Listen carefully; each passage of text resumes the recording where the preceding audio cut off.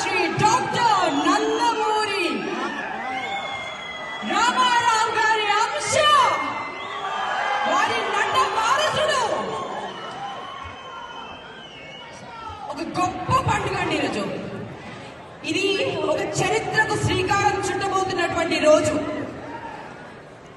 బాలయ్య బాబు గారి మొట్టమొదటి pre release పండుగ. ఇది ప్రీ రిలీజ్ ఈవెంట్ కాదండి, ఇది ప్రీ